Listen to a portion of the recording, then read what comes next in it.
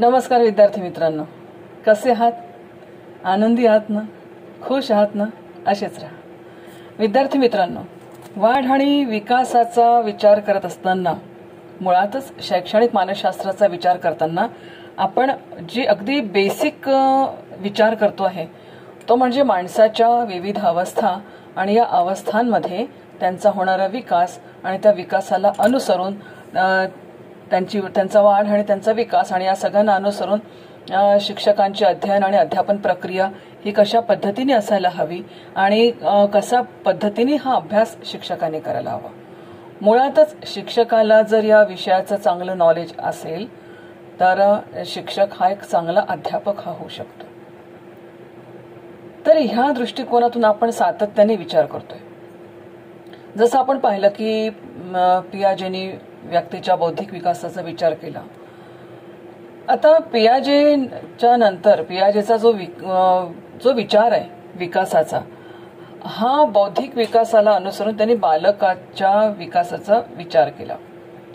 Ericsson नावाचा German मानसशास्त्रज्ञ, या जर्मन मानसशास्त्रज्ञाने असं म्हटलं की माणसाच्या विकासाच्या अवस्था त्याच्या मृत्यूपर्यंत चालत राहतात. म्हणजे विकासाची अवस्था अशी नाही आहे की आज या ठिकाणी थांबली उद्या त्या ठिकाणी थांबली, अशी नसते. विकास हा अखंडपणे सुरू असतो आणि ही विकासाची अवस्था माणसाच्या मृत्यूपर्यंत चालत राहते. मग त्याच्या मृत्यूपर्यंत जर चालत राहते, जन्म ते मृत्यू हा जो मधला सगळा काळ आहे हा त्याच्या विकासाचा कालखंड आहे. आणि ह्या विकासाच्या कालखंडामध्ये व्यक्ती जरी एक असला तरी त्याच्या सभोवतालची परिस्थिती ही वेगळी असते. तुम्हाला कल्पना आहे, सभोवतालची परिस्थिती म्हणजे व्यक्ती स्वतः, नंतर स्वतः व्यक्तीचं कुटुंब, आजूबाजूला असलेला समाज, नंतर त्याच्या आजूबाजूला असलेला सगळा परिसर, शाळेतले शिक्षक, हा सगळा परिसर त्याच्या भोवती असतो. आणि व्यक्ती जरी एक असला तरी ती व्यक्ती आणि समोरचा सगळा परिसर याच्या भोवती सातत्याने त्याचा संघर्ष सुरू असतो. तुम्हाला कल्पना आहे या सगळ्या गोष्टीची की जीवन जगत असताना केवळ परिस्थितीच नाही तर आपल्याला व्यक्तीशी संघर्ष करावा लागतो, समाजाशी करावा लागतो, कुटुंबाशी करावा लागतो, परिसराशी संघर्ष करावा लागतो आणि तिथून मिळणारे जे स्टिम्युलस असतात त्याला आपण सातत्याने प्रतिसाद देत असतो आणि त्यातून माणसाचं वर्तन घडतं आणि हे वर्तन मग प्रगट दिसतं. ही सगळी प्रोसेस त्याच्या मागे. एरिक्सन म्हणतो की माणसाच्या जन्मापासून तर मृत्यूपर्यंत ही विकासाची प्रक्रिया चालत राहते आणि मुळातच तो म्हणतो की ही विकासाची प्रक्रिया जी मानसशास्त्रीय आहे, ही मानसशास्त्रीय प्रक्रिया ही समाजाशी संबंधित असल्यामुळे किंवा समाजामध्ये राहून हा मानसिक विकास होत असल्यामुळे एरिक्सनने याला मनोसामाजिक विकासाचा सिद्धांत असं म्हटलेलं आहे. जसं पियाजेनी म्हटलं तो बोधावस्था विकासाचा सिद्धांत, तसं एरिक्सन म्हणतोय मनोसामाजिक, सायको सोशल डेव्हलपमेंट, मनोसामाजिक विकास. आणि हा मनोसामाजिक विकास जो व्यक्तीचा होतो आहे, हा मनोसामाजिक विकास त्याच्या जन्मपूर्व अवस्थेपासून आणि जन्म झाल्यापासून ही जी अवस्था त्याची चालू होते मनोसामाजिक विकासाची, ही सातत्याने सुरू असते. एरिक्सनने जन्मपूर्व अवस्थेचा नाही विचार केला जो बोधावस्था विकासामध्ये यांनी केलेला आहे. कोणी पियाजेनी, एरिक्सननी तसा विचार केलेला आढळत नाही. जन्मोत्तर अवस्था म्हणजे अगदी पहिल्या दिवसापासून जो मनोसामाजिक विकास होतो, कारण तो जन्माला आल्यानंतरच तो समाजाच्या आणि व्यक्तीच्या संपर्कात येतो आणि त्यातून त्याचा तो विकास होत राहतो. परंतु हा विकास होण्याला सर्वात महत्वाचा घटक कोणता कारणीभूत ठरतो तर एरिक्सन म्हणतो की संघर्ष हा प्रत्येक व्यक्तीच्या विकासाला कारणीभूत ठरतो. आणि संघर्ष म्हणजे ज्याला आपण म्हणूया की सतत द्वंद्व, दोन गोष्टींमध्ये सतत संघर्ष होत असतो माणसामध्ये. म्हणजे अगदी आपल्या भाषेत सांगायचं झालं तर to be or not to be, that is the question. म्हणजे हे झालं तर ठीक, नाही झालं तर काहीतरी त्याच्यामध्ये कमतरता राहून जाईल. मला चांगल्या पद्धतीचं वातावरण मिळालं तरच मी अभ्यास करू शकेल, तरच मी चांगला पास होईल, तरच माझ्या आयुष्यात प्रगती होईल. हे जर नाही मिळालं तर मी अभ्यास करू शकणार नाही, माझी अधोगती होईल, माझी दुर्गती होईल. हे जे संघर्ष आहेत, ह्या संघर्षामधून माणसाचा विकास होतो. प्रत्येक अवस्थेमध्ये एक एक टास्क असतं माणसाच्या समोर. बघा तुम्ही, म्हणजे आपल्या आयुष्यात आतापर्यंत आठवून पहा, एक एक टास्क असते. म्हणजे एक इतका वेगळा विचार मांडला एरिक्सननी की माणसाच्या आयुष्यात प्रत्येक अवस्थेमध्ये एक टास्क असतो. ते टास्क फुलफिल झालं तर त्यातून त्याचे व्हर्च्यूज डेव्हलप होतात, आणि ते टास्क जर फुलफिल नाही झालं तर त्याचे निगेटिव्ह इफेक्ट्स त्याच्या जीवनावर दिसतात. आता त्या पूर्ण याच्यामध्ये शिरण्याच्या आधी काही उदाहरणं मी तुम्हाला देते की हा मुद्दा कसा घडतो. आता उदाहरण द्यायचं झालं तर पहा तुम्ही की लहान मुलं असतात घरामध्ये. आता तुम्ही किती घरामध्ये पाहिलं, छोटी मुलगी, हे उदाहरण मी तुम्हाला दिलेलं आहे पण तरी पुन्हा देते आज या मुद्द्याला अनुसरून. एक लहान मुलगी असते, ती आता मुलगी म्हटलं किती तुम्ही स्त्री पुरुष समानता किंवा असं काही म्हटलं तरी शेवटी मुलीला नटणं मुरडण्याची आवड आहे. आई वडिलांना वाटतं माझी मुलगी ही मुलासारखी वाढली पाहिजे, म्हणून आई वडील काय करतात, तू हे करायचं नाही, तू ते करायचं नाही, तू मेकअप करायचा नाही, तू जास्ती ऑर्नामेंट्स वापरायचे नाही, तू जास्ती ज्याला आपण म्हणू कॉस्मेटिक्स वापरायचे नाही. हे सगळं करत असताना मुलगी म्हणून तिची कुठेतरी उर्मी ही आपण दाबत असतो, आपण तिच्या उर्मींना रिजेक्ट करत असतो. आणि मग हे एक्सप्लोर तिला करता आलं नाही, हे एक्सपोजर तिला मिळालं नाही, ते त्या ठिकाणी जर सपरेशन झालं तर तिथे तिचा मानसिक विकास खुंटण्याची शक्यता जास्त असते. मी तशा इतक्या मुली बघितल्या आहेत की लहानपणी खूप नटण्या मुरडण्याची आवड होती, आईने तिला खूप नटू दिलं, आता तिला अजिबात, आई म्हणते तरी नटत नाही. कारण आता वयानुसार ह्या सगळ्या एक्सपोजर म्हणा, एक्सप्लोअर म्हणा, किंवा ह्या सगळ्या ज्या उर्मी असतात या वयोमानानुसार बदलतात. पण त्या बदलणाऱ्या ज्या उर्मी आहेत त्या वयात ते जे टास्क आहेत ते फुलफिल जर त्याचे झाले नाही तर आयुष्याच्या शेवटी किंवा त्या कालखंडामध्ये त्या व्यक्तीला डिप्रेशन येतं, नैराश्य येतं, किंवा मग हा एक निगेटिव्हिटी त्याच्यामध्ये निर्माण होत असते. म्हणजे हे इतकं मी म्हणते की शिक्षक म्हणून तर महत्वाचं आहेच, पण पालक म्हणून अधिक महत्वाचं आहे. तुम्ही बघा, पालक आपली सगळी मतं आपल्या अपत्यावर लादतात. पालकांना वाटतं माझा मुलगा इंजिनियर झाला पाहिजे. लहानपणापासून म्हटलं जातं नाही तू इंजिनियर होणार आहेस, तुला इंजिनियर व्हायचं, तू काही कर. मग वडिलांचं स्वप्न, आई वडिलांचं स्वप्न पूर्ण करण्याकरता ते मूल सगळ्या स्वतःच्या भावना सगळ्या बाजूला ठेवतं आणि स्वतः इंजिनिअरिंगच्या मागे लागतं. मग आयुष्यात त्याला वाटतं की अरे माझं हे पूर्ण नाही झालं, माझं ते पूर्ण नाही झालं, हे अपूर्ण राहिलं, ते अपूर्ण राहिलं. त्याचा मानसिक विकास सगळं खुंटून जातो आणि एक वेळ त्याची येते आयुष्यामध्ये की मी सगळं केलं पण मी काहीच नाही केलं. खूप पैसा कमावला पण मी माझे सगळे जे हॅबिट्स होत्या किंवा माझ्या ज्या हॉबीज होत्या त्या हॉबीजला मला सोडावं लागलं. एक अरुण दातेंचं खूप चांगलं उदाहरण. अरुण दाते तुम्हाला माहित आहे, गायक, मोठे गायक आहेत. इंजिनिअरिंगला गेले आई वडिलांची इच्छा म्हणून, परंतु मन सगळं होतं संगीतामध्ये. त्यांनी म्हटलं की मी संगीत जर नाही शिकलो तर मी आयुष्यात काहीच नाही करू शकणार. तर म्हणजे वाचण्यात असं आलेलं आहे की त्या ठिकाणी त्यांनी आपलं इंजिनिअरिंगमध्ये जास्त कॉन्सन्ट्रेशन न करता संगीतावर कॉन्सन्ट्रेशन केलं, एक चांगला गायक म्हणून ते पुढे आले. आणि प्रत्येक व्यक्तीमध्ये ह्या ॲबिलिटीज असतात, काही ना काही असतंच त्याच्यामध्ये. त्याला एक्सप्लोर जर झालं नाही त्या वयामध्ये आणि ते जर तिथे सप्रेस झालं तर त्याच्या विकासामध्ये कुठेतरी अडथळे निर्माण होतात आणि हे अडथळे निर्माण झाले या संघर्षामध्ये त्याचा विकास हा अतिशय अफेक्ट होतो आणि मग त्याच्यामध्ये व्हर्च्यूज डेव्हलपमेंट होऊ शकत नाही. म्हणून प्रत्येक वयाचे एक टास्क एरिक्सन सांगतो आणि त्या टास्क ॲज पर टास्क त्यानुसार त्याच्यामध्ये व्हर्च्यूज निर्माण होतात. मग आता याच्यामध्ये एरिक्सनने 8 स्टेजेस सांगितले. ह्या 8 स्टेजेस सांगत असताना प्रत्येक स्टेज अर्थात जन्मोत्तर पासूनच तो विचार करतो, पण प्रत्येक स्टेजमध्ये कुठेतरी असे कॉन्फ्लिक्ट्स किंवा असे विरोधाभासात्मक तो हे सांगतो आपल्याला की कशा पद्धतीने हे असे विरोधाभास त्याच्या किंवा हे संघर्ष कसे त्याच्यामध्ये निर्माण होतात. त्याच्यामध्ये पहिली अवस्था त्याने सांगितलेली आहे ती आहे stage of trust and mistrust, विश्वास आणि अविश्वासाची अवस्था.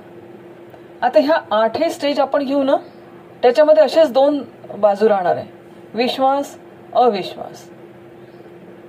ही एक स्टेज आहे ज्याला आपण पहिली स्टेज अशी म्हणतो, आणि ही स्टेज 0 ते 18 महिने या वयाची असते.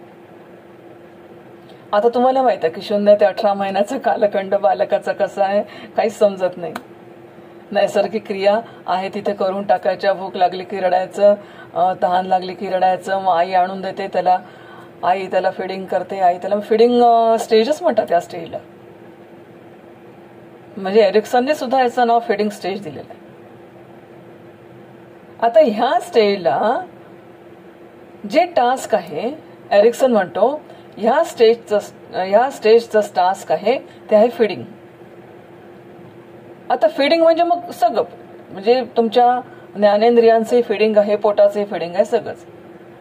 त्याला काही बघायचं असतं, त्याला काही जेवायचं असतं. आता ह्या फिडिंग मधून त्याच्या मनामध्ये त्याच्या आईबद्दलचा, त्याच्या कुटुंबीय सदस्यांबद्दलचा विश्वास आणि प्रेम त्याच्या मनामध्ये निर्माण होत असतं. या दृष्टिकोनातून हा विकासाची ही अवस्था किती महत्वाची आहे पहा बरं, की फेथ आणि लव्ह याचा जो पाया आहे, हा पाया मुळात या अवस्थेमध्ये निर्माण होतो. म्हणून ही जी अवस्था आहे ही अवस्था ट्रस्ट आणि मिसट्रस्ट, की समजा या वयात आलेले अनुभव जेवढे चांगले, प्रत्येकच वयात ज्या याच्यात जे टास्क आहेत त्याच्यामध्ये आलेला अनुभव चांगला, तर त्याच्यामध्ये विश्वास निर्माण होईल, त्याच्यामध्ये प्रेम निर्माण होईल. पण ह्या वयात जर त्याच्याकडे कोणी दुर्लक्ष केलं, त्याला कोणी रागवलं, त्याला कोणी फटकारलं, किंवा त्याचं फुलफिल नाही झाली, काही हंगर त्याची फुलफिल नाही झाली, तर त्याच्या मनात त्या लोकांबद्दलचा अविश्वास निर्माण होतो. लहान मूल फक्त आईकडे का जातं, त्याच्याचमुळे जातं की त्या व्यक्तीबद्दलचा त्याच्या मनात विश्वास असतो की माझं काही झालं तरी माझी आईच माझं करणार आहे, एवढं त्याला माहित असतं. ही त्याची नॅचरल हे असते, इन्स्टिंक्ट आहे ही.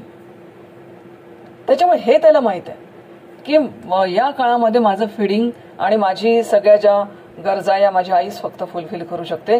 म्हणून या काळामध्ये हा विश्वास निर्माण करणं आपल्या अपत्याच्या मनात किंवा त्या बालकाच्या मनात, त्या व्यक्तीच्या मनात, हे कुटुंबाचं काम असतं. आणि हे टास्क जर पूर्ण झालं तर ट्रस्ट. म्हणून ह्या 2 संघर्षाच्या गोष्टी आहेत. टास्क फुलफिल झालं तर ट्रस्ट, नाही फुलफिल झालं तर मिसट्रस्ट, विश्वास राहत नाही. मग ते आई असो की कोणी असो. म्हणून मग आपण म्हणतो की लहान मुलकिनीकडे माझ्याजवळ माझं बाळानं माझ्यापेक्षा आजीजवळ जास्त रमतं, किंवा माझ्यापेक्षा तो त्याच्या बाबांजवळ जास्त राहतो, माझ्यापेक्षा तो त्याच्या मावशीजवळ जास्त राहतो. का राहतो? तुमच्याबद्दलचा अविश्वास कमी झालेला आहे त्याच्या मनामध्ये. इतकं म्हणजे सखोल गोष्टी आहेत ह्या. म्हणून ज्या दिवशी तुमच्या असं लक्षात येईल ना की माझं बाळ हे माझ्यापेक्षा इतरांजवळ जास्त खेळतंय, इतरांजवळ जास्त वागतंय, याचं कारण आई आणि वडील म्हणून फीडिंग स्टेजमध्ये कुठेतरी ते पेरेंट्स कमी पडतात. ज्याच्याबद्दल त्याच्या मनात विश्वास निर्माण होतो त्याच्याजवळ ते जाईल. पण ह्याही सगळ्या गोष्टी फुलफिल होत नसतील तर मग मात्र मिसट्रस्ट त्याच्या मनामध्ये निर्माण होईल. म्हणून पहिली जी स्टेज आहे ही ज्याला आपण म्हणतो शिशु अवस्था, 0 ते 18 महिने, trust and mistrust level, first stage. Second stage जी सांगितली आहे ती आहे ऑटोनॉमी अँड शेम, जिसको हम बोलेंगे स्वायत्तता आणि लज्जा. आणि ही स्टेज आहे 3 ते 5.5 वर्षाची.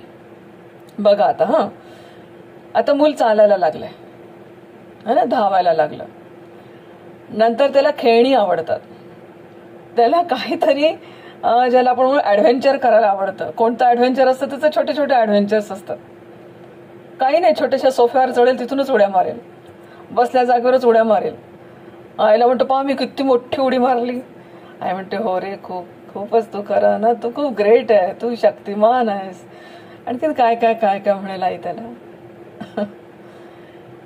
ते स्वतःला हालचाल तर करायची असते, त्याला स्वतःला खूप धावायचं असतं, त्याला स्वतःला ते खेळणी खेळायची असतात, तोडमोड करायची असतात, त्याचं काहीतरी त्या खेळण्यांशी त्यांना काहीतरी करायचं असतं. आणि हे सगळं करत असताना नेमकी आई त्याला टोकते. आई त्याला म्हणते अरे जास्ती धावू नको, पडशील. अरे रे रे तिकडे जाऊ नको, पडशील. अरे रे तिकडे जाऊ नको, तिकडे घसरशील. अरे याच्यावर चढू नको, तू पडशील. पुस्तकाला हात लावू नको, तू फाडून टाकशील. खेळण्याला हात लावू नको, तू तोडून टाकशील. घरात आणखीन छोटं बाळ असेल तर त्या बाळाला हात लावू नको, त्याला त्रास होईल. किती किती किती टोकणं ऐकावं त्या 3 ते 5 वर्षात त्या मुलांनी. व्यवस्थित जेव, चांगलं जेव. तुला स्वतःच्या हाताने निगेटिव्ह रिमार्क्स आपण खूप देत राहतो. पण ही जी अवस्था आहे, या अवस्थेमध्ये एकतर मूल ज्याला आपण म्हणतो ऑटोनॉमी मीन्स स्वायत्त होईल, स्वावलंबी होईल. आणि नाही तर त्याला एक लज्जा उत्पन्न होईल की अरे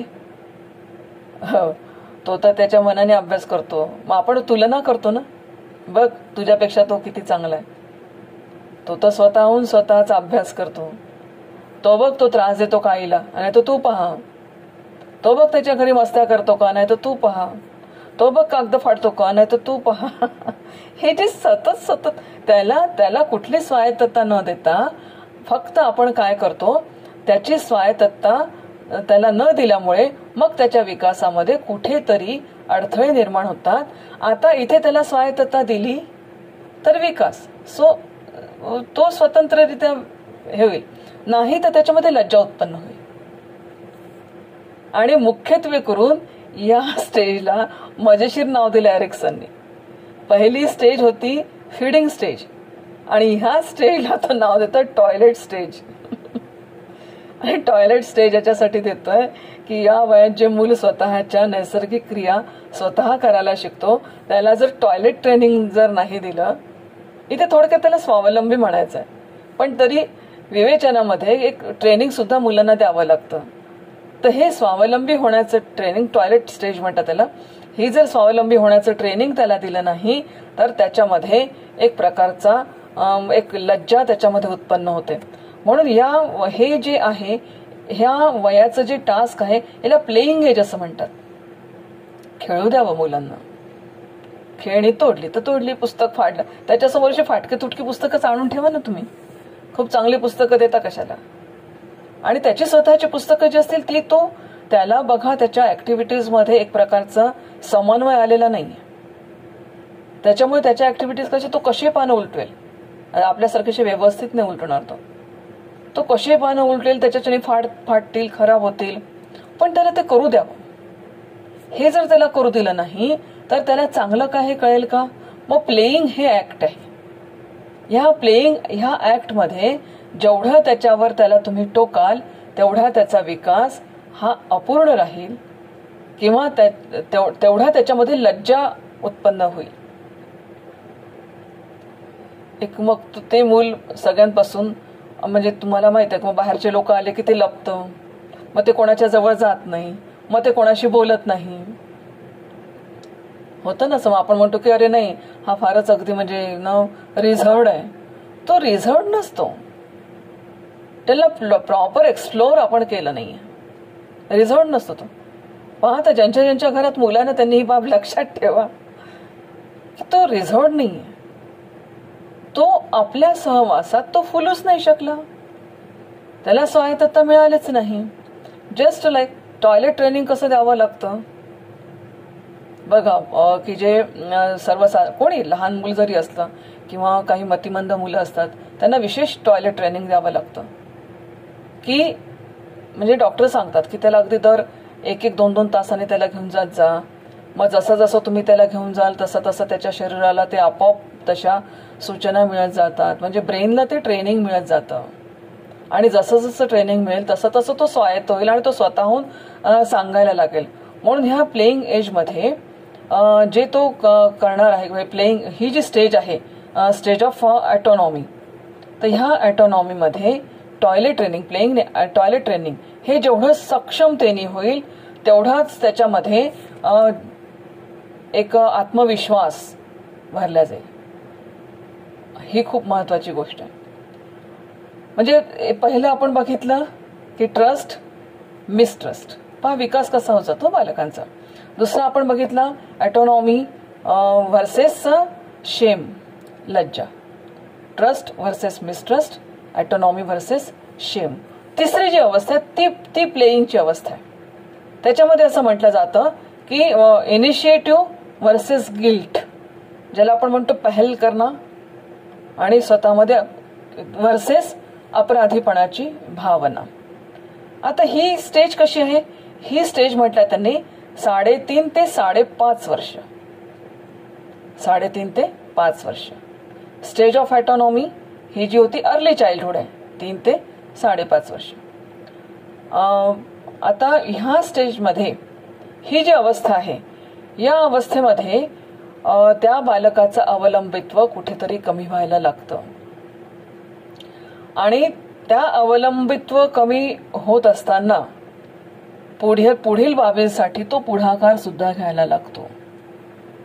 म्हणजे उदाहरणार्थ उगाच घरामध्ये खाली पडलेलं वाटी चमचा घेऊन ठेवून दिल जागेवर, काय आता मी काहीतरी कामच करतो, मी पाहिलं माझी नात आहे, ती मला म्हणते आजी मी तुझ्या घरी आले ना, मी तुला रांगोळी काढून देते. ते काढून दे. कशी काढते रांगोळी? काही नाही, मला फक्त तू रांगोळीचा डब्बा दे. मग तिला रांगोळीचा डब्बा दिला की ती ज्या डब्यात बोट घालता येईल तिथे तो हात पूर्ण घालते, जेवढी रांगोळी हातात येईल तेवढी घेते आणि जशी फेकायची तशी फेकते.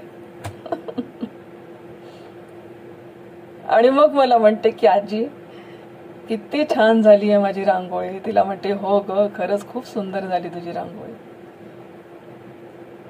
इथे तो इनिशिएटिव्ह घेत असतो. मग पुन्हा ते थोड्या वेळाने येते, आजी मला काहीतरी हे दे ना, मला रंग भरायचे. मग तिला रंग भरायला आपण काहीतरी कशात काही रंग भरेल ती. तिला ते नाही समजणार की नेमकं कशात. बाजूला चित्र असतं त्याचं पाहून green green, yellow yellow, red red असे सगळे ती भरून ठेवून देईल. आजी कसं झालं बघ ना, वा मस्त झालं, किती छान केलं तू. खुश होऊन जाते. या खेळण्यातून किती मुलांचा विकास होतो आणि किती आपण काय काय गोष्टी शिकवतो. आता पहिली गोष्ट तिला मी शिकवली की वाईट झालं, कोणाचं चुकलं असलं तरी पण सांगण्याची पद्धत योग्य असावी. आणि ह्या याच्यातून मनोभूमिका विकसित होत असतात. ह्या प्लेइंग मधूनच त्या मुलांच्या मनोभूमिका विकसित होत असतात. आणि ह्या वयामध्ये सर्वात पहा किती महत्वाचं वय आहे. हे वय सांगितलेलं आहे स्टेज ऑफ इनिशिएटिव्ह अँड गिल्टचं 5.5 वर्षापर्यंत. आणि ह्याच्यामध्ये त्यांनी म्हटलं की ह्या स्टेजमध्ये मुलांना पर्पज मिळत असतं, ऍक्टिव्हिटीचं पर्पज मिळत असतं की एखादी गोष्ट का करायची, रांगोळी का काढायची, पेंटिंग का करायचं. उगाच ती मुलगी येते म्हणते मला त्या कणकेशी खेळू दे, आई म्हणते चल हात नको लावू, खराब हो, तुझे हात खराब होतील, तू असं नाही, द्या ना तिच्या हातात. काय बिघडतं? त्या कणकेला हात लावून तिचे सॉफ्ट मसल्स खूप छान डेव्हलप होतील, काही प्रॉब्लेम नाही. मी तर म्हणते लहान मुलांना असं ह्याच्यामध्ये गंजामध्ये डाळ तांदूळ चिवडायला देऊन द्यावे. ज्या दिवशी आईला खिचडी करायची असते ना, आईने सांगायचं हे भांड घे खिचडी कर तयार. ते सगळे ते छान सॉफ्ट मसल्स डेव्हलप होतात त्याने. प्लेइंग एज आहे, मुलांनी खेळलं पाहिजे, मुलांच्या अंगाला माती लागली पाहिजे, मुलांच्या अंगाला वाळू लागली पाहिजे, मुलांच्या अंगाला हवा लागली पाहिजे. एसी मध्ये बसून काय करतात. माझ्या मैत्रिणीची नात आलेली आहे सध्या अकोल्यात. ती जेव्हा तिच्या अंगणामध्ये गेली तेव्हा त्या अंगणामध्ये रेतीचा ढिगारा ठेवला होता. ती त्या रेतीच्या ढिगावर बसते, म्हणते वाव किती सुंदर आहे हे सगळं. तिने एवढी मोठी रेती घेतली, पूर्ण डोक्यावर टाकून घेतली स्वतःच्या. आई बघत होती, आई तिच्यावर खूप चिडली. आजी म्हणते, अगं खेळू दे ना तिला मातीशी, तुमच्या तिकडे कुठे अमेरिकेत माती मिळायला लागली आहे तिला, खेळू दे मातीशी, काही हरकत नाही. मग ती मागे लागले की हे माती काय असते ते मला सांग, मला माती बघायची. मग आता घरामध्ये चांगली 3-4 टोपले माती आणून ठेवली, मातीमध्ये चिवडत बसते ते काही. मग आता तिने असं केलं तर मग हिने काय केलं, हिने लगेच फ्रुट्स आणून ठेवले त्याच्यासमोर. तू मातीत हातच घालते तर मग फ्रुट्स बनव ना, मग मी छान छान कलर करून देईल तुला, त्याला छान छान कलर करून देणार आहे, मी स्वतः कलर करणार आहे. मग तुझ्या आवडीचे कोणते फ्रुट्स आहेत, व्हेजिटेबल्स आहेत मला सांग. मग ती म्हणाली, मला ना छान असं मँगो आवडतं. मग बनव मँगो, लाव त्याला रंग, तुला कोणता. हे बा एकही फ्रूट तिचं ओळखायला येत नाही, पण तो जो नवनिर्मितीचा आनंद त्या मुलीला मिळाला ना, तो 4 भिंतीत नाही मिळत. जस्ट लाईक कुत्र्याचं चित्र दाखवणं, प्रत्यक्ष कुत्र्याचं पिल्लू बघणं, याच्यात आनंद किती आहे. गाढव दाखवणं, गाढवाचं चित्र दाखवणं, बकरी दाखवणं, बकरीचं चित्र दाखवणं, गाय दाखवणं, गाय प्रत्यक्ष चित्र दाखवणं, प्रत्यक्ष गाय दाखवणं. एक जो ज्याला आपण म्हणतो जिवंत आनंद, ज्याला आपण म्हणतो, हा त्याच्यामध्ये. पण हे जे प्लेइंग एज आहे, ह्या प्लेइंग एज मध्ये टास्क आहे प्लेइंगचं, आणि पर्पज त्यातून काय निर्माण झालंय, त्याच्या आयुष्याला पर्पज निर्माण झालं की आता मी मातीशी का खेळतो, तर मला काहीतरी वस्तू बनवायच्या आहेत. मी रांगोळी का फेकली, नाही, मला त्यातून डिझाईन बनवायचं आहे. मग मी तो प्रयोग केला ना, तिने फेकलेल्या याच्यावर रांगोळीवरून मी सुंदर तिला एक खारुताईचं चित्र काढून दिलं. अशी खारुताई की जिच्या हातात, तिला विचारलं की तुला काय आवडेल खारुताईच्या हातात द्यायला, तर म्हणे आजी तिला ना छत्री दे, कारण की आता खूप सध्या ऊन आहे ना, मग तिला ऊन लागेल. बरं म्हटलं दुसऱ्या हातात काय देऊ, म्हणे मग दुसऱ्या हातात ना आजी तिला फूल दे, फ्लॉवर दे, म्हणजे मग ते फ्लॉवरकडे पाहून ती खुश पण होईल ना, तिला आनंद होईल. रोज फ्लॉवर दे. म्हटलं ठीक आहे. मग त्या रांगोळीमधून तिला जेव्हा असं कळलं की आपण एखादं चांगलं चित्र पण बनवू शकतो, तिला तो पर्पज निर्माण झाला त्याच्या ठिकाणी, की ह्या गोष्टीतून मी असं काहीतरी करू शकते. म्हणून तो पर्पज. एक पुन्हा प्रयोग केला मी, आता तुम्हाला थोडेसे माझे प्रयोग पण सांगते.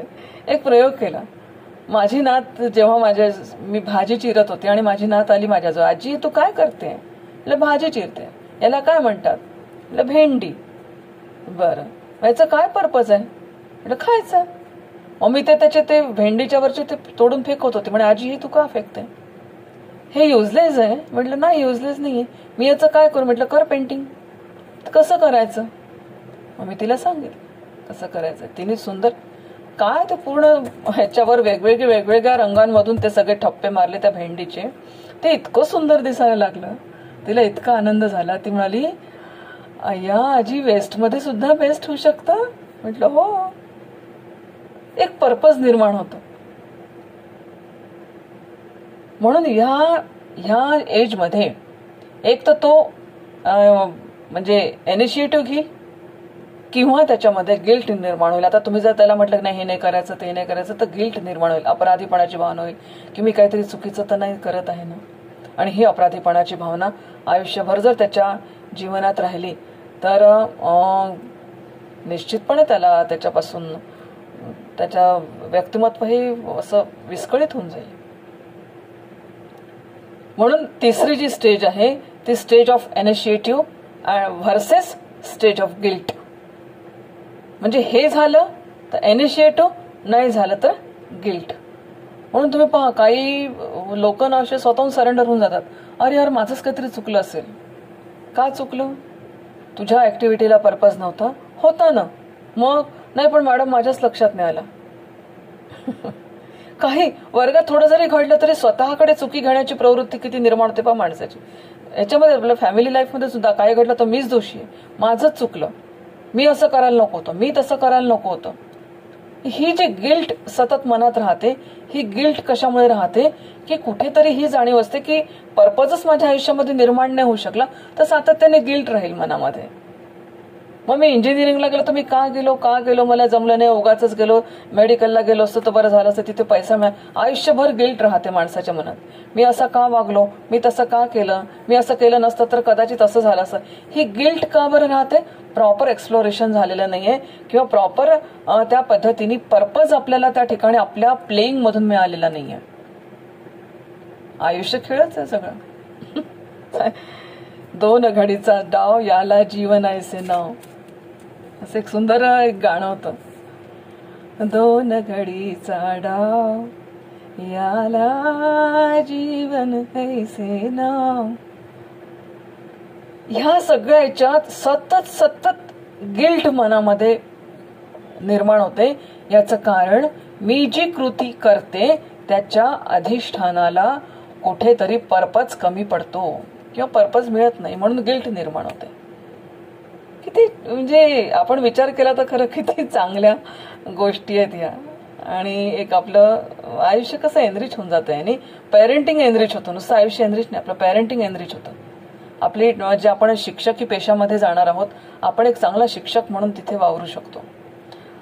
दुसरी ज्याला आपण चौथी स्टेज म्हणतो, चौथी स्टेज आहे stage of industry versus stage of inferiority. म्हणजे एक तर सहमती होईल किंवा ज्याला आपण म्हणतो की स्वतःला तो हीन लेखू लागेल. म्हणजे आता समजा एखादं मूल, जसं हे तर शाळेचं वय आहे, कारण हे आहे वय वर्ष 5 ते 12 शाळेचं वय. ह्या शाळेच्या वयामध्ये जेव्हा विद्यार्थी जातो तेव्हा त्याला कधीतरी एखादी गोष्ट चांगली जमली तर चांगला प्रतिसाद. तुम्ही चांगला लेसन घेतलं तर वा वा वा, किती छान लेसन घेतला, संध्याकाळी तू किती छान लेसन घेतला. आणि नाही तर संध्याकाळी तुझ्यासारखा लेसन खराब आजपर्यंत कोणी घेतला नाही, माझी इतकी वर्षाची नोकरी झाली, संध्याकाळी नाही काय करावं की मॅडमच्या आयुष्यातली सर्वात वाईट विद्यार्थिनी मीच आहे, आता मला हे जमत नाही, आता मी हे करू शकत नाही. मग संध्याकाळी माझ्याकडे येते आणि मला म्हणते मॅडम मला बीएड सोडायचं. का ग? नाही मला जमत नाही. का जमत नाही? मॅडम इतकं चांगलं करून जर मला चांगले मार्क्सच मिळत नाही तर मी काय करू? अगं तू चुकली असेल. नाही ना मॅडम, मी किती चुका मिनिमाइज करण्याचा प्रयत्न करते. पण जी कौशल्य आपण आत्मसात करण्याचा प्रयत्न करतो ती जर आपल्याला जमली तर इंडस्ट्री, दॅट इज सहमती येते आपली आयुष्याबद्दलची. तुम्ही आता मायक्रो टीचिंग घेतलं, स्किल जमलं तर त्या स्किल्स बद्दलची सहमत येते की yes I can do it, मी करू शकते. ज्या विद्यार्थ्यांना जमलं नाही ते मध्येच म्हणतात आम्ही हे आता सोडून जातो, आम्ही आता बीएड करत नाही, हे बीएड असं असतं आम्हाला माहित नव्हतं, याच्यानंतर आम्हाला बीएड करायचं नाही. शाळेमध्ये सुद्धा मुलांची जाण्याची वृत्ती होत नाही. कधी कधी आपण म्हणा अरे काय झालं, नाही शाळेत जाण्याचा इंटरेस्टच नाही. काय इंटरेस्ट नाही? कारण शाळेत गेल्यानंतर वारंवार टीचर त्याला म्हणते तुला हे जमत नाही, तुला ते जमत नाही, तुझा मित्र पहा कसा करतो, तू चांगला वाचन करू शकत नाही, तू चांगलं बोलू शकत नाही, तू चांगलं खेळू शकत नाही, तू मूर्ख आहेस, तू आणखीन काय काय काय काय. टीचर्स पहा, पालकांची आणि शिक्षकांची भूमिका किती महत्वाची, किती महत्वाची. कारण ते जे वय आहे मुलाचं, हे त्याचं वय ऍक्टिव्हिटी, स्पोर्ट्स, वर्क हे सगळं करण्याचं वय. खूप ऍक्टिव्हिटी कराव्याशा वाटतात, खूप खेळावंसं वाटतं, खूप काम करावंसं वाटतं. मग आता ऍक्टिव्हिटी म्हटलं तर चांगल्याही होईल आणि वाईट होईल. स्पोर्ट्स म्हटलं तर हारेल पण आणि जिंकेल सुद्धा, दोन्ही. पण हारला म्हणून सगळं संपलं का?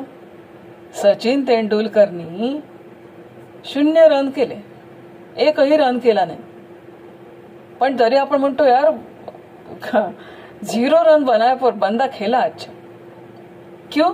कारण की बंदा इसलिए अच्छा खेला कि उसने दुसरे जे छोर होता, दुसरा जो एंड होता तो एंड त्यांनी खूप छान राखला, आपल्या सहकार्याला त्यांनी खूप छान साथ दिली, बंदा अच्छा खेला. आता ही जी आहे आणि ही स्टेज कसं आहे, स्कूल एज आहे. ह्या स्कूल एज मध्ये या मुलाचं विश्व वाढतं. आता सवंगडी मिळतात, शिक्षक मिळतात, मुख्याध्यापक असतात. ह्या याच्यामध्ये त्याला तो जर काही अभ्यास करत असेल, तो जर काही खेळत असेल, तर आता रोकटोक करण्याची, मी रोकटोक म्हणते त्याला चांगले संस्कार करण्यासाठी तुम्हाला त्याला काही गोष्टी त्याला सांगाव्या लागतील, पण त्याला जे येतात आहेत त्या गोष्टीपासून त्याला परावृत्त करणं. त्याला सुंदर गाणं येत आहे आणि आपण म्हणतो तू गाणं नको म्हणून सुद्धा काय लावलं रे, अभ्यास राहायला बाजूला, परीक्षा आहे ना तुझी, मग परीक्षा सोडली गाणं काय म्हणतो. अरे पण मी गाणं 1 तास गाणं म्हटलं तर मी चांगला अभ्यास करेन. असं जर तो मुलगा म्हणत असेल आणि तुम्ही म्हणाल की नाही तू 1 तास अभ्यास करायचा नाही पण 10 तास अभ्यास कर, 1 तासही गाणं नाही म्हणायचं, नाही. त्याच्या ऍक्टिव्हिटीज, त्याचे स्पोर्ट्स, त्याचं वर्क, याच्यामधून त्याच्यामध्ये काय डेव्हलप होतं, सर्वात महत्वाची गोष्ट डेव्हलप होते ती म्हणजे कॉम्पिटन्सीज. म्हणजे पहिल्या स्टेजमध्ये फेथ अँड लव्ह, सेकंड स्टेजमध्ये आपण पाहिलं की त्याच्यामध्ये एक प्रकारचं ज्याला म्हणतो की सेल्फ, ज्याला आपण आत्मनिर्भरता, सेल्फ डिपेंडन्सी, आत्मनिर्भरता. तिसऱ्या स्टेजमध्ये आपण पाहिलं होतं की पर्पज निर्माण होतो, कसा विकास होत जातो माणसाचा, की आपल्या प्रत्येक कृतीला एक पर्पज निर्माण होतो.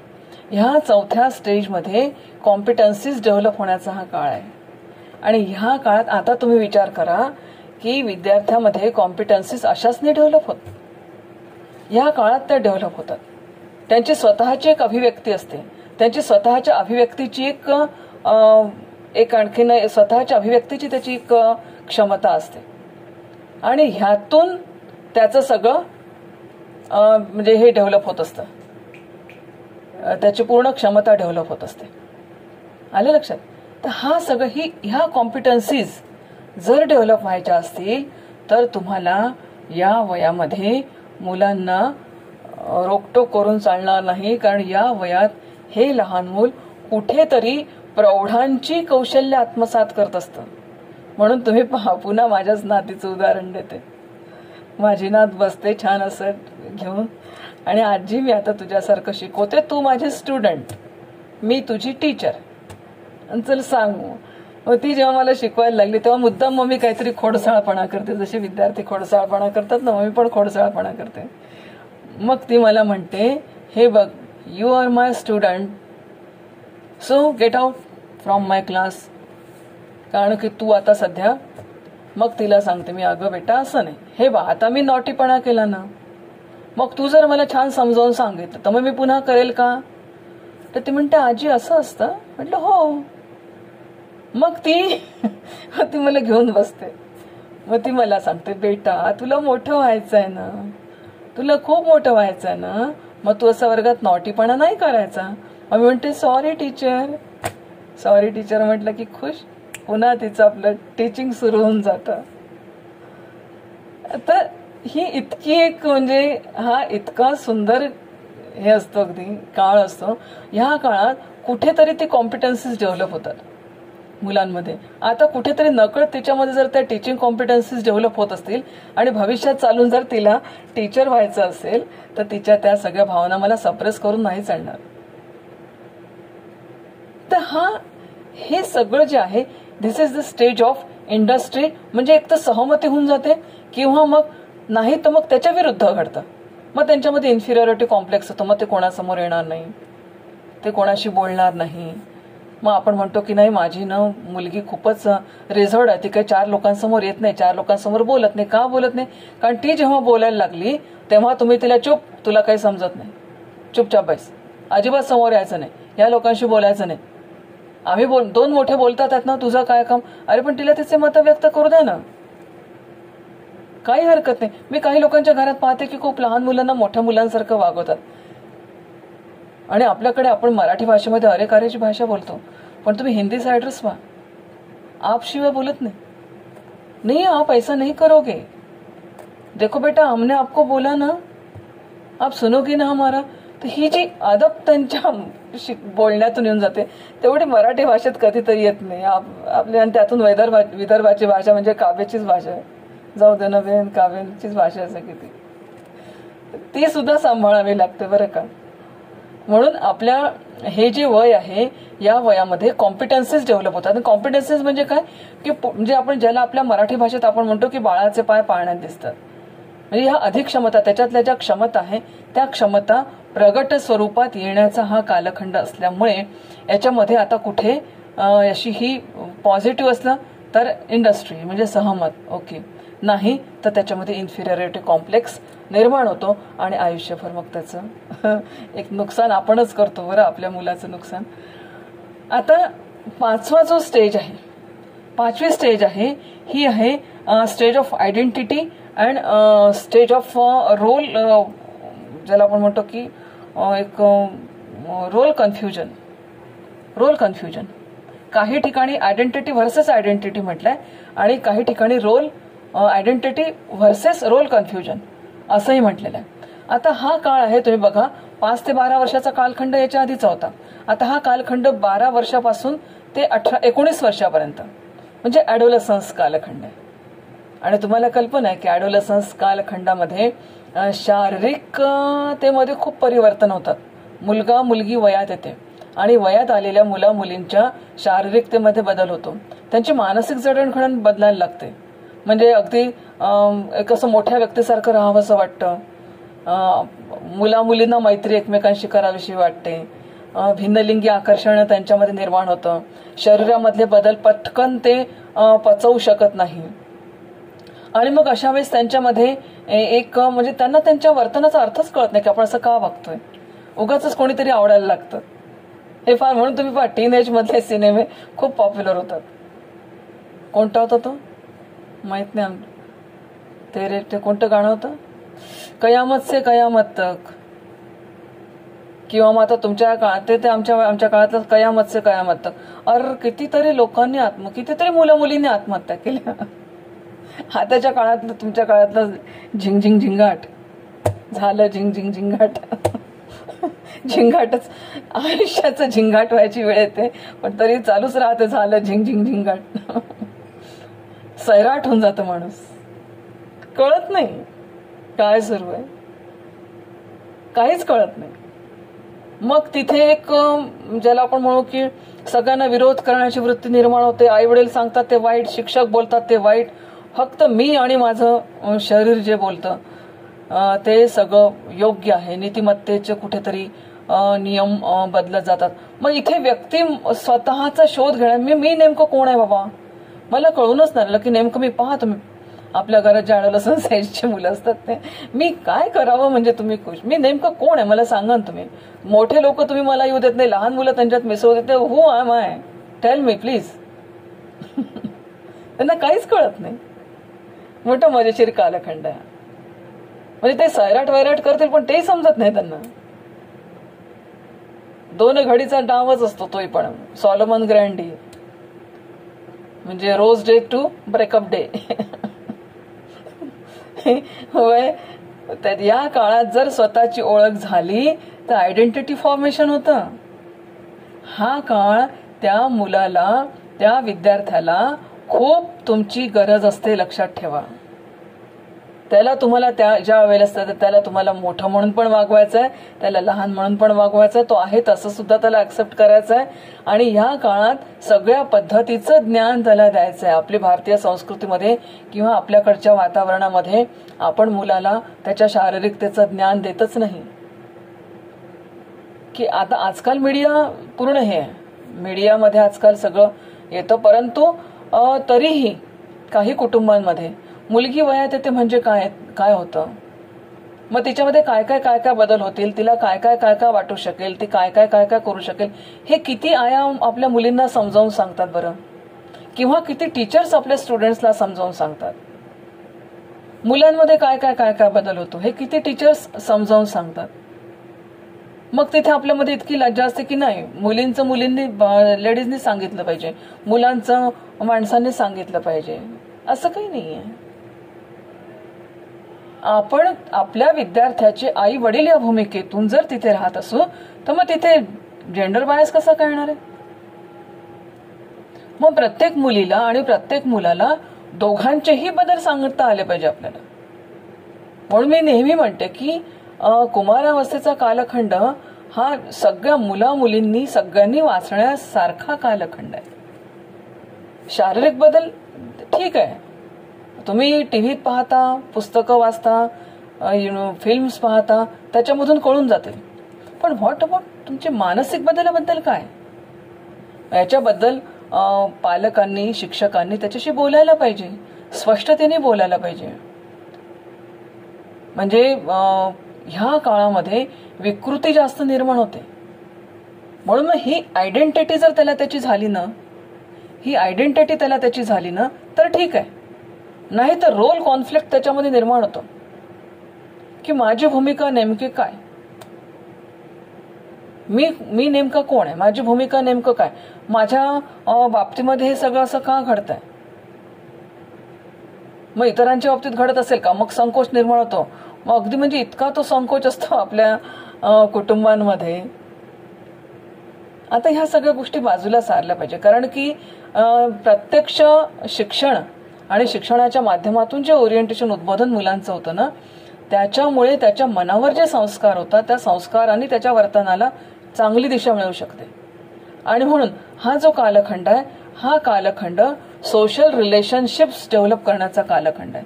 आणि ह्या सोशल रिलेशनशिप जेवढ्या हेल्दी डेव्हलप होतील तेवढ्या चांगल्या. मी पुष्कळदा म्हणते आणि कधी कधी मी टीका करते.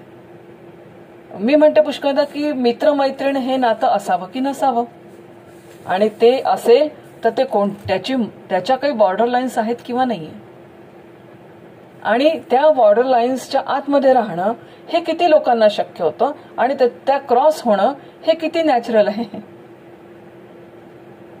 ह्यामध्ये जर ह्या रिलेशनशिप म्हणजे काय, ही रिलेशनशिप काय आहे, ही रिलेशनशिप कशी जपता यावी, याच्यामध्ये याच्या मर्यादा काय आहेत, याचं ज्याला आपण म्हणू एंड काय, या सगळ्या गोष्टी जर आपण प्रत्यक्ष विद्यार्थ्यांशी बोललो तर कदाचित समाज स्वास्थ्य सुद्धा हेल्दी राहील. मग हे नुसतं मित्रमैत्रिणींच्या संदर्भात नाही, हे घरातल्या इतरही रिलेशनशिपच्या संदर्भामध्ये आहे, समाजातल्या इतर रिलेशनशिपच्या संदर्भात आहे. सगळ्या प्रकारच्या रिलेशनशिपच्या संदर्भामध्ये आपल्याला याचा विचार करावा लागेल. म्हणून या वयातला जो टास्क आहे टू डेव्हलप द रिलेशनशिप, आणि ही जर रिलेशनशिप डेव्हलप झाली तर याच्यातून म्हणजे व्हॅल्यूज कोणत्या निर्माण होईल की सगळ्यांबद्दलचं ऍक्सेप्टन्स, आणि ज्याला आपण म्हणू की सहअस्तित्वाची भावना. कशाला जाऊ द्या, घरामध्ये नुसते फॅमिली मेंबर्सच नसतात, आपल्या घरामध्ये बाहेरून सुद्धा येणारे म्हणजे समजा पोळ्यांचं काम करणारे असतील, भांडे साफ करण्याचं काम करणारे असतील, किंवा काही आणखीन असतील, हे सगळे येणारे सुद्धा आपल्या परिवारातले आहे, आणि त्यांच्याशी मी कसं बिहेव केलं पाहिजे. मला कधीच आवडत नाही पोळीवाली मावशी म्हणायला, ड्रायव्हर काका म्हणायला मला आवडत नाही, स्वयंपाकवाल्या बाई म्हणायला आवडत नाही, भांडेवाल्या बाई म्हणायला आवडत नाही. त्यांचं स्वतःचं एक व्यक्तिमत्व आहे ना. आणि हे माझ्या मुलाला कधी कळायचं की माझ्या घरात येणारा प्रत्येक व्यक्ती हा माझ्या परिवारातला आहे.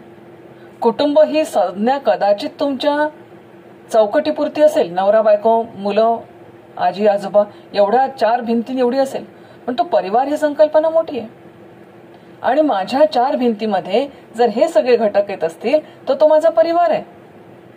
आणि ह्यातूनच तर आपण वसुधैव कुटुंबकमची भावना त्यांच्या मनात निर्माण करू शकतो. पण काही काही घरामध्ये मी पाहते, आल्या पोळ्यावाल्या बाई आल्या,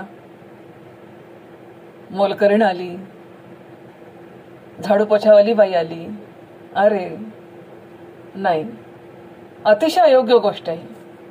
आपण त्याच्यामध्ये आपल्या मुलाच्या मनात त्या लोकांबद्दलची कुठेतरी हीनतेची भावना निर्माण करतो, आणि कुठेतरी त्यांच्या व्यवसायाला सुद्धा आपण तुच्छ लेखण्याचा तिथे प्रयत्न करतो. असं नाही केलं पाहिजे. त्यांच्या नावाने आवाज देऊन सांग ना, त्या आपल्या घरच्या मावशी आहेत आणि त्या आपल्या घरी पोछा लावतात, हे मुलांना चालेल. त्या जर आल्या नाही तर तुला लावायचा आहे हे पण चालेल. किंवा माझी मावशी आली नाही तर माझी आई घरी पोछा लावते, हे मुलाला सांगता आलं पाहिजे. रिलेशनशिप सांगते मी तुम्हाला. जर त्या काकू माझ्या घरी आल्या नाही तर माझी आई भांडे घासते, है ना. म्हणजे मी पुन्हा माझ्या नातीचं उदाहरण देते की एक दिवस म्हणजे ती इतके इनोसंट असतात ना हे मुलं. असंच कुठून तरी मैत्रिणीच्या घरी गेली आणि तिथे ऐकलं तिने की हेव्हा त्या पोळ्यावाल्या बाईंशी बोलत होती ती आई तिची मैत्रिणीची, तुम्ही 2-3 दिवस खाडे केले, आता याच्यानंतर तुमचा खाडा झाला तर मी तुमचे पैसे कापेल. ती मी तिच्याकडे गेली नाही तर ती मला म्हणाली, हे बघ आजी तू जर आली नाही तर तुझे पैसे कापेल मी, हे असं हे खाडे चालणार नाही मला तुझे. अरे म्हटलं तू ऐकलं कुठे, आपल्या घरी तर असं कोणी बोलत नाही. नाही मी त्या सानूच्या घरी ऐकलं, सानूची आई म्हणत होती अशी. तिने आजीला पण तेच म्हटलं की तू जर माझ्या घरी आली नाही तर तुझे पैसे कापेल मी. तर ही जी स्टेज आहे ना, ह्या स्टेजमध्ये आपण त्या मुलाशी त्याची आयडेंटिटी तर पक्की करायचीच आहे, परंतु त्याचसोबत ती आयडेंटिटी पक्की त्याची तेव्हाच होईल जेव्हा त्याचे सगळे रिलेशनशिप या हेल्दी राहते. म्हणून सोशल रिलेशनचा हा कालखंड आहे आणि यातून जे त्याच्यामध्ये निर्माण होतं ते म्हणजे ऍक्सेप्टन्स आणि सहअस्तित्व, ज्याला आपण कोएक्झिस्टन्स म्हणतो. मग घरामध्ये काही प्राणी सुद्धा असू शकतात, एखादं कुत्रं असू शकतं. कितीतरी घरांमध्ये मी कुत्रं एकदम घरात घेतलेलं पाहिलं आणि काही ठिकाणी इतकं बाहेर की तो बिलकुल आपला नगण्य, अशा पद्धतीने. पण हे सगळं हे विश्वाचे माझे घर याचा पाया निर्माण होण्याची जी अवस्था आहे ती ही अवस्था आहे. म्हणून ह्या अवस्थेमध्ये ह्या म्हणजे एक तर आयडेंटिटी फॉर्मेशन होतं किंवा आयडेंटिटी फॉर्मेशन झालं नाही तर रोल कॉन्फ्लिक्ट त्याच्यामध्ये निर्माण होतो आणि हा कायम राहतो. म्हणून प्रत्येक अवस्थामध्ये विकास आहे हा महत्वाचा आहे. आता 6वी जी एज आहे, 6वं जी स्टेज आहे ती आहे intimacy versus isolation. Intimacy versus isolation. आता इंटिमसी बघा, आता हे वय सांगितलेलं आहे 20 ते 40 वर्षाचं. आता हे वय तुम्हाला कल्पना आहे की 20 ते 40 याच्यामध्ये सगळं म्हणजे आता मुलगा मुलगी त्यांचे लग्न होतात, त्यांचे प्रेमविवाह होतात किंवा काही प्रेम करण्याचा कालखंड आहे, विवाहाचा कालखंड आहे, संसार स्थापण्याचा कालखंड आहे. या कालखंडात जर त्यांना व्यवस्थित प्रेम किंवा असं नाही मिळू शकलं तर त्यांच्यामध्ये एकलकोंडेपणा येतो. आणि मग हा माझा मार्ग एकला गम भुलाने के लिए मैं तो पिए जाता हूं. म्हणजे काय म्हणतात त्याला, मजा आहे एकेका गोष्टीची. आता या वयात जर प्रॉपर पद्धतीने त्या मुलाला भावनिक नातं जर योग्य मिळालं नाही तर तो आयसोलेटेड होतो. या आजच्या भाषेत नाही, आयसोलेशन मध्ये तो एकाकी बनतो. म्हणून या वयामध्ये त्याला प्रेम, विश्वास या गोष्टी जर त्याला मिळाल्या तर त्याची इंटिमेसी त्या नात्याबद्दलची निर्माण होते, व्यक्तीबद्दलची. बघा ना तुम्ही, इंटिमेसी कुठे निर्माण होते, जिथे प्रेम आणि लव आहे, आपली भावना कोणी जपताय, या भावनेनेच आपली त्याच्याबद्दलची जवळीकता वाढते. आपला इगो, आपल्या भावना, आपल्या फिलिंग्स याला योग्य पद्धतीने समोरचा रिॲक्ट करत असेल तर ती व्यक्ती आपल्याला प्रिय होऊन जाते, तिथे इंटिमेसी क्रिएट होते. म्हणून सगळे 10 मित्र एका ठिकाणी असतात पण आपल्यासाठी एक मित्र आपला फार खास असतो, अगदी त्याच्याबद्दलची इंटिमेसी जास्त असते आपली. याचं कारण की तो माझ्या खूप चांगल्या फिलिंग्स जपतो. आणि असं जर झालं नाही तर मग आयसोलेटेड, एकाकीपणा येतो आयुष्यामध्ये. आणि हा एकाकीपणा माणसाला कुठे घेऊन जाईल सांगता येत नाही. रुसो नावाचा जो तत्वज्ञ होता, ज्यांनी फ्रेंच राज्यक्रांतीला ज्याच्या विचारांमुळे चालना मिळाली असा अगदी खूप प्रगट आणि प्रखर विचार मांडणारा, माणसाच्या आयुष्याबद्दल अतिशय प्रखरतेने स्पष्ट मत मांडणारा हा रुसो आयुष्याच्या शेवटी एकाकीपणे गेलेला आहे. एकाकीपणा आला त्याला सगळं नैसर्गिक आवडायचं. असं म्हणतात रुसोनी बायको सुद्धा अशी केली की जी एकदम अशी भाणकुदळ निसर्ग. पण हे सगळं करत असताना एवढे त्यांनी लेख लिहिले, एवढी त्याची फिलॉसॉफी, नॅचरलिझम त्यांनी एवढा मांडला, परंतु त्याच्यामध्ये तरीही हा नॅचरलिझम त्यांनी मांडल्यानंतरही त्याचं आयुष्य पूर्णपणे एकाकी झालं. आणि असं म्हणतात या एकाकीपणातच त्यांनी स्वतःला संपवलं. मग हा एकाकीपणा का येतो? आणि आजकाल खूप जास्त एकाकीपणा, लोनलीनेस लोकांना फार यायला लागलाय. या कोविडच्या काळात तर जास्ती यायला लागलाय. कुठे जाणं नाही, येणं नाही, कोणाला भेटणं नाही, कोणाशी बोलणं नाही. पण आता ह्या सगळ्या प्रगट गोष्टी आहेत, बाह्य गोष्टी आहेत. ह्या अंतर्गत काय आहे की तुम्ही माझ्यापासून इतक्या दूर आहे, पण मला माहित आहे की तुम्ही सगळे माझ्यावर प्रेम करता. माझ्यावर प्रेम करणारे या जगामध्ये खूप लोक आहेत. ही भावना माणसासाठी इतकी चांगली असते की ती माणसाला एकाकी बनू देत नाही. आणि आता टेक्नॉलॉजीमुळे तर असं झालं की आपण सगळे एका खोलीमध्ये येऊ शकतो. तर हा सगळा विचार केला तर हे जे वय आहे stage of intimacy and isolation, हे आहे 20 ते 40 वर्षाचं. आणि या काळात अतिशय एकमेकांना सांभाळून घेण्याची, अतिशय एकमेकांचे मन जपण्याची, एकमेकांच्या भावना जपण्याची गरज माणसाला असते. आणि हे जर घडलं नाही तर तो एक तर इंटिमेसी त्याच्यामध्ये निर्माण होईल, नाही तर तो आयसोलेटेड तरी होईल. म्हणून आयसोलेशन आणि इंटिमेसी अशी ही इंटिमेसी व्हर्सेस आयसोलेशन अशी ही स्टेज आहे माणसाची. आणि हा 40 वर्षापर्यंतचा कालखंड आहे. त्याच्यानंतर शेवटचा जो 7वा जो कालखंड होता तो आहे स्टेज ऑफ जनरेटिव्हिटी और स्टॅग्नेशन. स्टेज ऑफ जनरेटिव्हिटी की ही जी स्टेज आहे किंवा स्टॅग्नेशन. आता हा काळ कोणता सांगितलाय की 40 ते 60 वर्षापर्यंतचा काळ आहे हा. आणि हा 40 ते 60 वर्षापर्यंतचा हा जो कालखंड आहे, या कालखंडामध्ये माणसाला जवळपास एक ज्याला आपण म्हणतो की आपल्यातलं चांगलं व्हावं म्हणून तो प्रयत्न करतो, किंवा व्यक्तीकडून काही समाजाच्या अपेक्षा असतात आणि त्या अपेक्षांची काही पूर्तता झाली असेल तर आपला विकास झाला असं त्याला वाटतं. आणि ह्या अपेक्षा जर आपण पूर्ण नाही केल्या तर त्याला असं वाटतं की कुठेतरी माझं आयुष्य थांबलं. बघा तुम्ही, आपल्या कुटुंबात एक व्यक्ती तरी अशी असते की काहीतरी राहून गेलं म्हणतं, बस आता असं वाटतं की मी आयुष्यात काहीच केलं नाही. सगळं केलेलं असतं बरं. मुलाबाळांची शिक्षणं केलेली आहेत, मुलाबाळांना शिकवलं आहे, त्यांचे लग्न केलेलं आहे, सगळं झालेलं आहे. पण तरी असं वाटतं माझं आयुष्य कुठेतरी थांबलं आता बस. म्हणून एक तर त्याच्या ठिकाणी काहीतरी याच्यामध्ये काही म्हणजे ज्याला आपण म्हणतो की क्रियाशीलता येईल, नाही तर मग स्टॅग्नेशन राहून जाईल. तर ही जी स्थिती आहे ही म्हणजे हे आहे पेरेंटिंगचं एज आहे. हे पेरेंटिंगचं एज आहे 40 ते 60. मुलाबाळांसाठी काहीतरी करावं, कृतकृत्यता करावी, त्यांच्यासाठी चांगलं चांगलं खायला द्यावं, प्यायला द्यावं, त्यांना लायला द्यावं, त्यांचं शिक्षण करावं. आणि पुष्कळ आई वडिलांना असं वाटतं की माझ्या मुलांसाठी मी काहीच नाही करू शकलो. सगळं केलेलं असतं सगळं केलेलं असतं, तरी त्यांना वाटतं प्रेम आहे त्यांचं ते. पण आता ज्या लोकांना वाटतं नाही केलं त्यांना असं वाटतं माझं आयुष्य स्टॅग्नंट झालं आता. तोच पण आहे लाईफमध्ये. तेच सकाळी उठणं, तेच ऑफिसला जाणं, तेच कामं करणं, संध्याकाळी आल्यानंतर पुन्हा तेच मुलांशी गप्पा, सगळं स्टॅग्नंट होऊन गेलं असं वाटतं. स्टिरिओ टाईप लाईफ होऊन गेल्यासारखं वाटतं. मग आता या काळामध्ये जे वर्क आहे ते आहे एक तर म्हणजे पेरेंटिंगचं टास्क आहे. आणि ह्याच्या माध्यमातून मग आता एक तर हॅपीनेस क्रिएट होतो, किंवा मग स्वतःच्या जीवनाला कुठेतरी एक दिशा दिल्यासारखी वाटते.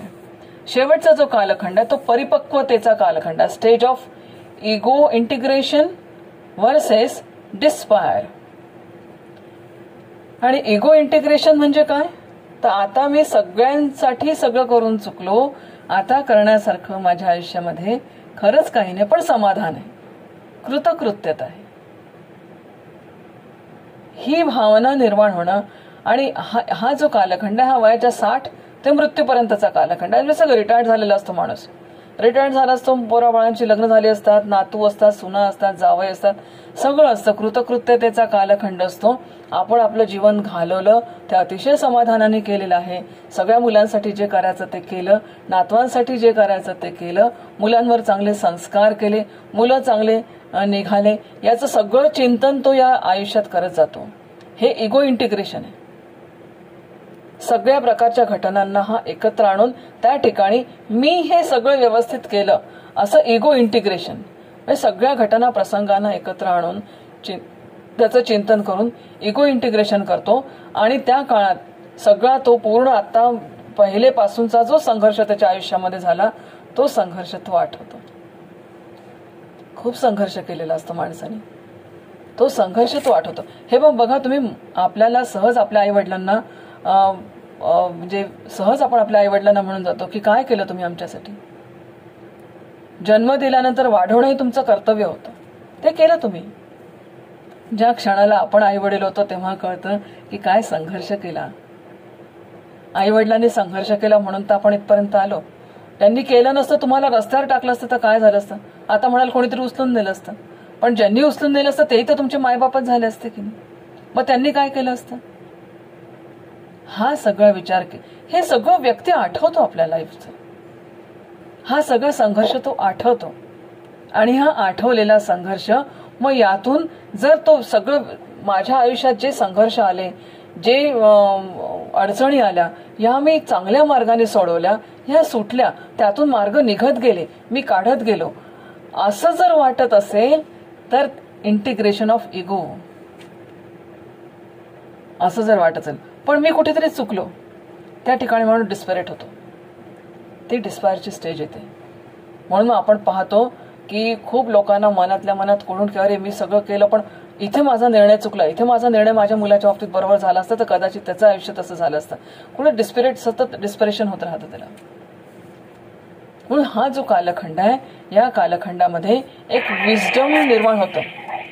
विजडम निर्माण होतं व्यक्तीमध्ये. विजडम निर्माण होण्याचा कालखंड याच्यासाठी की आपल्या जीवनाकडे तो सतत एका तटस्थ भूमिकेतून तो बघू शकतो.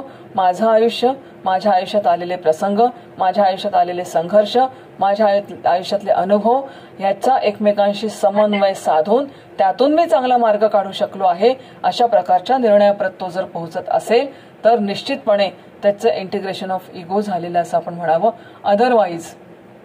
अदरवाईज डिस्परेशन, तो दुःखी होऊन जातो. हे संघर्ष त्याच्या मनात सतत चालत राहतात. एरिक्सननी हा मुद्दा मांडताना आता त्याचं इम्प्लिकेशन जर आपल्याला विचारात घ्यायचं असेल तर टीचर म्हणून, पेरेंट्स म्हणून ज्या वयोगटाला मी शिकवणार आहे त्या तो वयोगट आज नेमका कोणत्या स्टेजला आहे हे विचारात घेऊन मला त्याचं अध्यापन करावं लागेल. मला अध्यापन साहित्याची निवड करावी लागेल, लर्निंग रिसोर्सेसची निवड करावी लागेल, माझं बिहेवियर तसं ठेवावं लागेल, त्याला त्या पद्धतीची तशी सहकार्य मला त्याच्या आयुष्यामध्ये करावं लागेल. आणि तसं जर मी करू शकलो तर तो एरिक्सनचा सिद्धांत त्या ठिकाणी फॉलो होईल. आणि माझंही वय आज मी सुद्धा आज कोणत्या स्टेजला आहे हे सुद्धा आपल्याला विचारात घ्यावं लागेल की आज माझं वय काय आणि मी कोणत्या स्टेजला आहे आणि ह्या स्टेजला मी कशा पद्धतीने राहायला हवंय. मित्रांनो, आज आपण जवळपास 8 स्टेजेस बघितल्या. पहिली स्टेज होती trust versus mistrust. Second stage होती ऑटोनॉमी वर्सेस शेम. तिसरी स्टेज होती ज्याला आपण म्हणतो की इनिशिएटिव्ह वर्सेस गिल्ट. चौथी स्टेज होती इंडस्ट्री म्हणजे उद्यमशीलता वर्सेस इन्फिरियरिटी.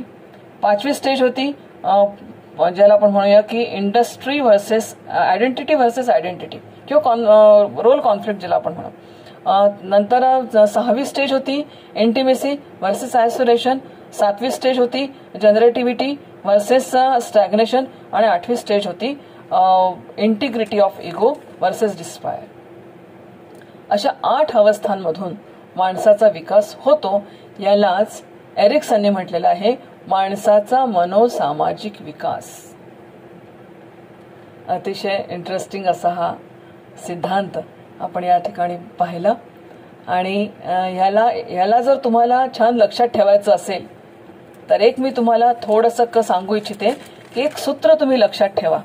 आणि ते सूत्र आहे TAI333 TAI3 आणि IGE. TAI3 8 आहेत ना, 8 अवस्था आहेत ना. TAI3 आणि TGE असं लक्षात ठेवलं की एरिक्सन. म्हणून एरिक्सन लक्षात ठेवताना TAI3 आणि TGE आणि ह्या ज्या 8 स्टेज सांगितल्या त्या स्टेजला ह्याच्यामध्ये आपण कन्व्हर्ट केलं तर अशा पद्धतीने एरिक्सन आपल्या लक्षात राहायला सोपा जाईल.